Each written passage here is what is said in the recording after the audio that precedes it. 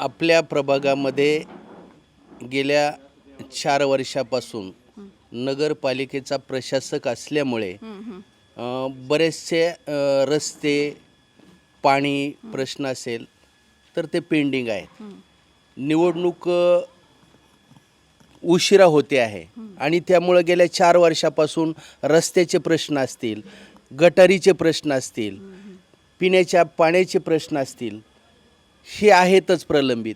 आणि त्या दृष्टीनं विकासाच्या दृष्टीनं भविष्य काळामध्ये आरोग्य, शुद्ध पिण्याचं पाणी आहेच आपल्या राहुरीला, परंतु त्यातही नियमितपणा आणि रस्त्याचे जे प्रश्न आहेत, कुठेही कशाही पद्धतीनं जे अतिक्रमणं होतात.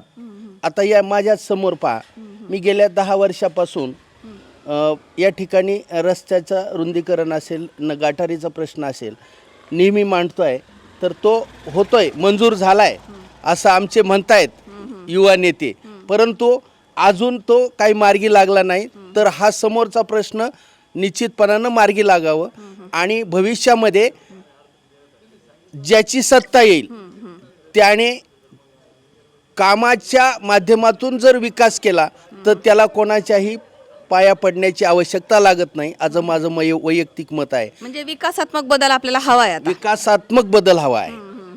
सत्ता कोणाची येऊ, नगर परिषद शिक्षण मंडळाच्या शाळा असतील, ज्या प्राथमिक शाळा आहेत त्याच्यामध्ये सुधारणा व्हावी.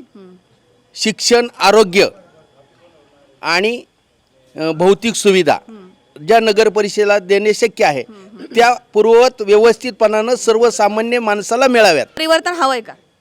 आता परिवर्तन म्हणता येणार नाही, कारण दादांच्या काळामध्ये प्राजक्त दादाने ज्यावेळी नगराध्यक्ष होते त्यावेळी चांगल्या पद्धतीनं कामं केलेली आहेत. दादांनी कामं केलेली आहेत. त्यामुळं दादाच्या त्या माध्यमातून त्याच्यानंतर प्रशासक आले आणि कामं पेंडिंग राहिलेले आहेत. ते कामं अद्याप झालेले नाहीत.